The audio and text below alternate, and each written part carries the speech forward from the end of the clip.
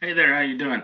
So this is the first of two video commentaries in which I will be talking about making choices along the paradigmatic axis, which basically means choosing your words. And another way to refer to this topic is as diction, which diction kind of has several different meanings, but we're using it in the sense of choosing the appropriate word for the context in which you are using it. So I put together a little slideshow. Let's have a look at it. Okay, so as I say, I think the best way to think about word choice is as making choices along the paradigmatic axis. So if you've never heard that phrase before, you're probably saying, "What the heck is he talking about? Paradigmatic axis? What does that mean?" Well, one way to start to get at the meaning of it is to distinguish it from making choices along the syntagmatic axis. So the first one, the paradigmatic or vertical axis, means things that are in a group according to type and can be substituted for each other. So with regards to language, this means nouns, adjectives, verbs, right? Person, place, things, or ideas, actions, descriptive words. These are different groups of words that in any given sentence can be substituted for one another and remain grammatically correct. It doesn't mean that they will necessarily make much realistic sense, but you can replace any noun with any other noun in a properly constructed sentence in the English language, and it will still be grammatically correct. So these choices of the nouns that you use, the adjectives that you use,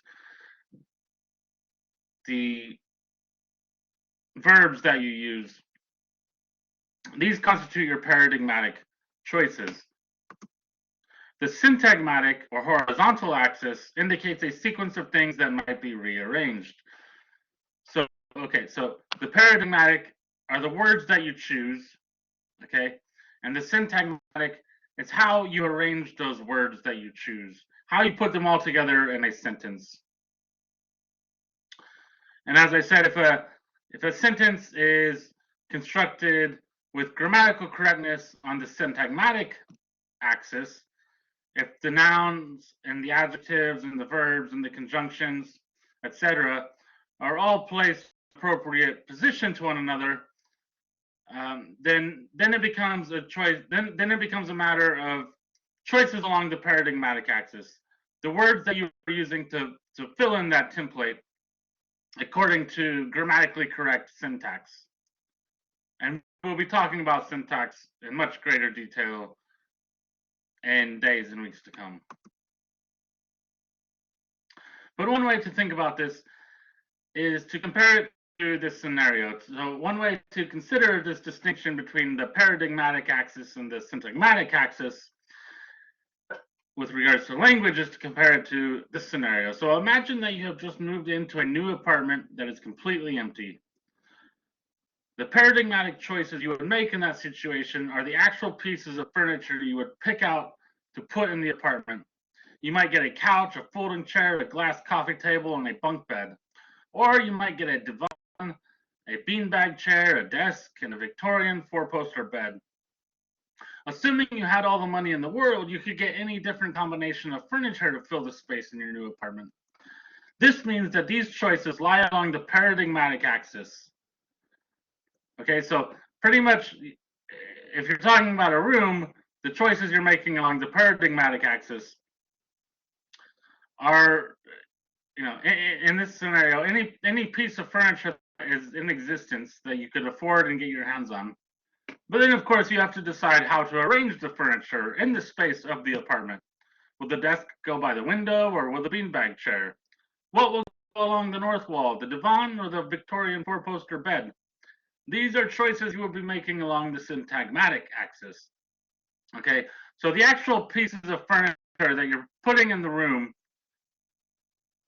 in this scenario, those constitute the paradigmatic choices that you're making. And the way that you arrange those pieces of furniture in the room and in relation to one another, that constitutes your syntagmatic choices along a horizontal axis, right? So the furniture, to complete the analogy, the furniture equates to the words that you're putting into a sentence, and that's that's your word choice. That's your diction. Although in some of the definitions of diction, there's a little bit of crossover into syntax, but let's not get confused here. Let's keep our distinctions solid for the purposes of understanding. The words that you choose are your paradigmatic choices. How you arrange those words in a sentence in relation to one another constitutes your syntagmatic choices. So when writing a sentence, the words you choose are your paradigmatic choices, as I've just said, your furniture, if you will. And the way that you arrange those words is a choice you are making along the syntagmatic axis. In this way, you might compare the sentence to a room of your apartment. And bear in mind, so this is really important, bear in mind that certain rooms dictate what goes where. You probably wouldn't want to put the dining table in the bathroom, for example. And this brings us to word choice and more precisely, diction. Right, so when we talk about proper diction, what we're really talking about is choosing words that are appropriate for a specific context, right? And we kind of talked about this a little bit going over the argumentation introduction, right? There's a certain kind of jargon that you want to use for certain fields. If you are writing in the scientific field, you want to use the proper terminology that is generally accepted by the scientific community. If you're writing in a paper about business, then you want to use terminology and words that are accepted by other business people. If you're writing about literature, then you want to use correct terms that have to do with themes, grammar, maybe, things like metaphor, simile. Like you might use metaphor or simile instead of comparison if you're writing to a literary audience. You might use commonly accepted terms like unreliable narrative as opposed to, unreliable narrator as opposed to, say, something like a narrator that can't be trusted, right? They mean the same thing, but in literary circles, an unreliable narrator is already kind of a commonly accepted term. So you'd want to use the jargon, the language that's already in use, to show that you've already been listening to the conversation that is in action, right? So you want to choose the correct words for the context in which you are applying them, right? Those are your paradigmatic choices. And the syntagmatic is how you arrange those words. And again, we'll be talking about syntagmatic choices in more detail very soon. All right, so here's a little graphic illustration for you to ponder this concept. You can take a sentence like the dog bit the bus. For whatever reason, the dog bit the bus. So your paradigmatic choices are all the nouns, all the different nouns in the English language, basically, that you could substitute for dog and bus. Right? Obviously, some nouns make a lot more sense than others in relation to the other parts of the sentence. But you could substitute any noun in the English language for dog, and it would be grammatically correct, even if it doesn't make sense in terms of reality. It would be grammatically correct. So you could say the dog bit the bus. You could also say the rat bit the bus, the cat bit the bus, the bat bit the bus, the boy bit the bus, or even the bus bit the bus. They would all be grammatically correct, even though once you get to the point of boys and buses biting the bus, it starts to make less and less sense in terms of reality. But you could change that to, the bat bit the cat, right? The bat bit the rat bit the bat, right? You can play around with it. Every noun you can change around. Every noun in the English language constitutes your paradigmatic choices. And while the examples presented here change the meaning of the sentence drastically, if you say the dog bit the bus versus the cat bit the bus, those mean extremely different things. But the point of this is to start thinking about it on a more minute level. So instead of the dog versus the cat, think of it as you might write the dog bit the bus, or you might write canine bit the bus, or you might write the pooch bit the bus, or you might write uh, the bitch bit the bus, the son of a bitch bit the bus, uh, the beast bit the bus, the mongrel bit the bus, the Saint Bernard bit the bus, and you could change the bus to the boy, right? If you say the mongrel bit the boy, that has a different meaning than saying that the pooch bit the boy, right? They both technically refer to the same thing,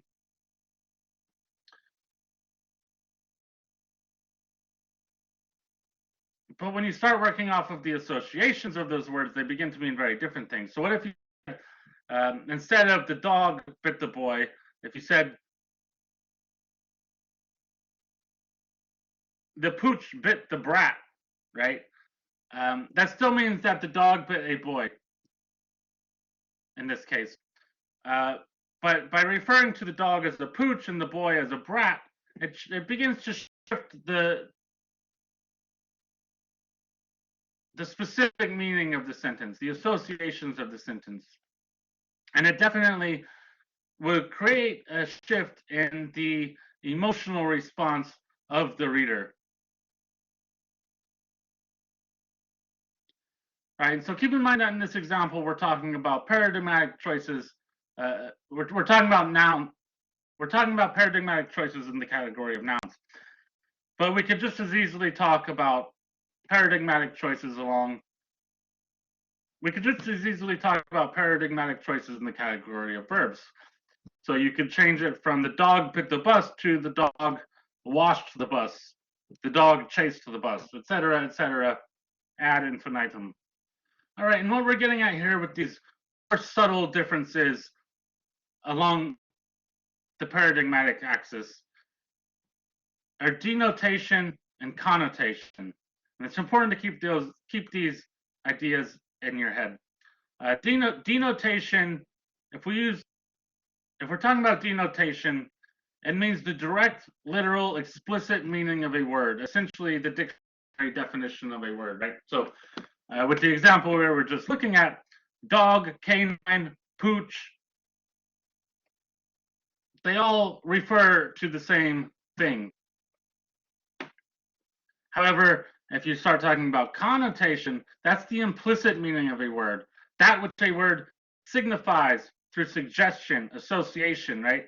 So even though dog, pooch, canine, bitch, technically son of a bitch, mongrel, perhaps beast, mutt, even though these all denote the same thing, or at least can denote the same thing, the connotations of each of these words are very different, right? So even though they directly mean the same thing, the associations that would go through a reader's head upon receiving this information can differ drastically.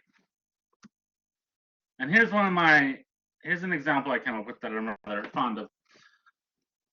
If I said to you the phrase, "Forgive me, Father, for I have sinned," I assume that the connotations that would arise in your brain upon reading these words or hearing these words would be something like this. They would probably be religious in nature, confessional in nature, especially if you grew up Catholic or something. They might trigger very personal associations. But even if you're not Catholic, you've probably seen this exact phrase in movies, maybe read it in a book, maybe even heard it in a song. It's a very common phrase that people say when they go to confession in the Catholic faith, right? However, you can change all of the words. Pardon me, Daddy, because I was bad. Okay. Pardon me, forgive me, Daddy, Father, for, because, right? These words all denote the same thing. They all have their literal meaning is pretty much the exact same. So when we're talking about denotations, they mean the same thing. However, if we start talking about connotations, these two phrases differ drastically, right? I mean, very different things. We would never confuse the two. For me personally, this is the kind of association I get with the second phrase. Pardon me, daddy, because I was bad, right? Or pardon me, daddy, because I was naughty. That's another one that you could use, right? So they denote the same thing, but the connotations of each of these sentences is extremely different. Okay, so keep these things in mind as you're going about writing your own papers, especially as we start to get into the realm of argument where precision is really key. So as I said, this is the first part of my video commentaries on this subject, and I will be continuing on with the same PowerPoint presentation in a second video, but I'm trying to make them a little bit shorter and more digestible for you. All right, so we will be working with this going forward and trying to incorporate it into our argumentative essays.